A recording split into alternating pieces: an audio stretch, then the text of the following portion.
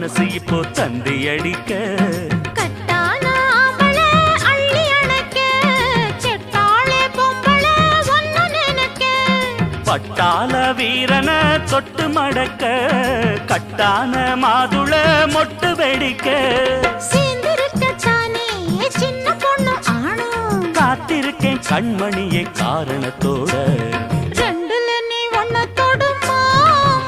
இந்த பொண்ணு கிட்ட வெக்கப்படலாமா